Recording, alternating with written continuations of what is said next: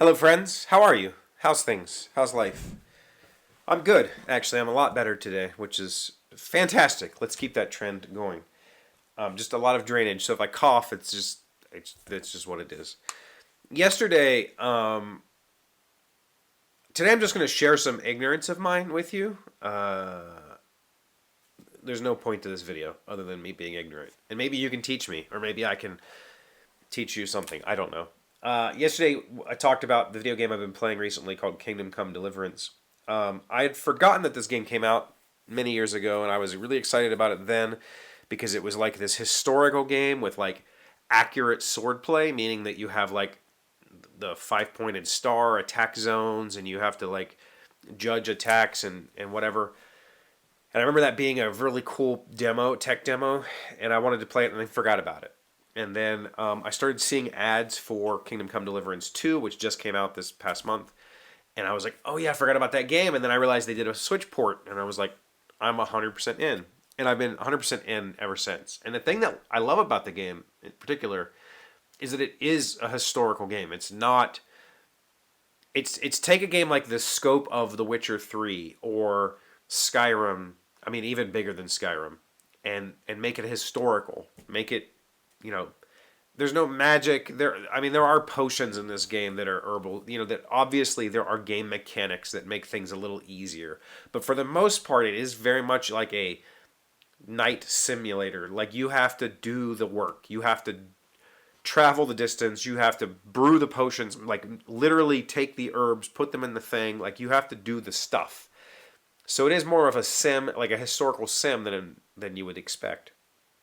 But what's been really interesting for me is the history, because it's set in the Czech Republic, in a small area of that, and it's set around events that happened during this time. Like, the stuff that's happening in this game is stuff that happened and in this very short period of time, and that's really cool. But the thing that I didn't know, this is the part that I didn't understand, is that the Czech Republic was part of the Holy Roman Empire. I had no idea. I had no idea that Prague was like a seat of the Roman Empire. When I think of Rome, I think of Italy. I think of the lands,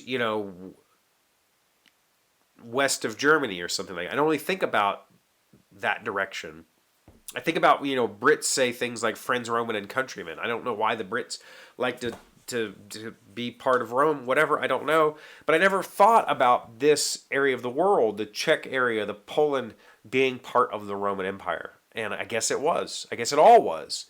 And it really made me think about how much I don't know. As an American, I know that there are cities, and I know that there are countries and city-states in Europe, and that they have vastly different governments, languages, cultures, foods.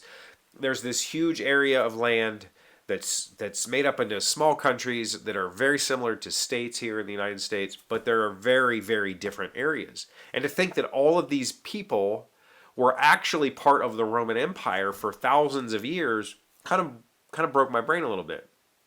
Because they talk in the game, here's the part that I don't know, that I need to kind of research. They talk in the game about speaking the common tongue. And I don't know if that is just a video game thing, like, well, we need everybody to speak in a way that we can understand, because I'm assuming that even during the Roman Empire that these cultures maintained their cultural languages, or else these languages would have died out. So was there a common tongue? Was there something? Was it Latin? Was that the common tongue? I don't think so. I don't think that the Germans were speaking Latin. I don't think the Czechs were speaking Latin. I think the scholars were, for sure. But that's really fascinating to me. I don't know why. I don't know why I didn't think of this before. Because, when you think of, like, let's say Russia. Let's say that, like, actually, let's just go with the Slavic part of, the Ukraine, Poland, Czech, like that area of the world. Hungary, even, I think. Maybe even like Turkey. I don't know how far the Slavic area goes. But their languages are all pretty similar. It's kind of like British English and English. Like they can kind of understand each other because their languages derive they were kind of a common culture. But this Roman Empire, if the Czechs are part of that, and the Germans are part of that, and the French are part of that, and the English are part of that, those are vastly different languages. You could argue that like French and Italian are, they're based in Latin, so they're somewhat similar, but I would think those are actually fairly far apart as opposed to, some of these Slavic languages. But I'm baffled. I'm baffled by it. I'm also fascinated by it. I'm going to have to do a whole lot more research because now that I've been to the region, I've been to Poland, I've skirted the Czech. I haven't been into the Czech Republic, but I've got to see these castles that I'm seeing in this game, at least representations of these castles. I got to see this area of the world and what it was really like. It didn't occur to me that Rome made it that far. And I need to do a little bit more research because I've always been, as an American, I've always been very interested in like World War I, World War II, and beyond. I never really looked a whole lot into the ancient world. When I went back that far, I was much more interested in fantasy. I was much more interested in learning about Tolkien's version of it, not the reality of it. And the reality of it seems to be way more interesting than I expected. And again, this is just Confessions of a Dumb American. This is not me trying to sound smart or whatever. But I'm having a blast. I'm having a blast learning. And I think that's, for me, one of the reasons I've been very heavily involved in the game, because it is a history lesson. A history lesson that I would not have learned otherwise. I don't think I would have ever just gradually stumbled across this. And that's really fun. Okay, I just wanted to share that. I don't know that that's valuable to anybody. You should let me know, though, if it was valuable to you. In the comments, thank you for watching. Please like if you did like, or even if you didn't, you should hit the like button anyway. And if you're new here, please subscribe. I appreciate you. I'll see you tomorrow.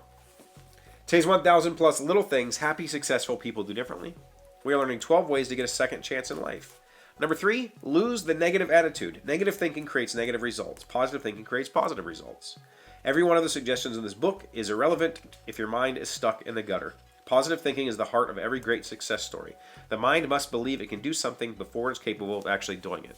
I will give you a phrase that changed my life within the last 20 months, something like that. I heard a friend of mine say,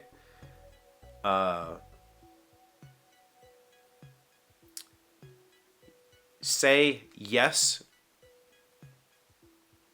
if, not no because. Meaning, don't be negative up front. We can't do that because of this. Instead, simply say, yes, we can do that if we can solve this. It's the same thing, but it is so much more empowering to say yes if. I promise you it works.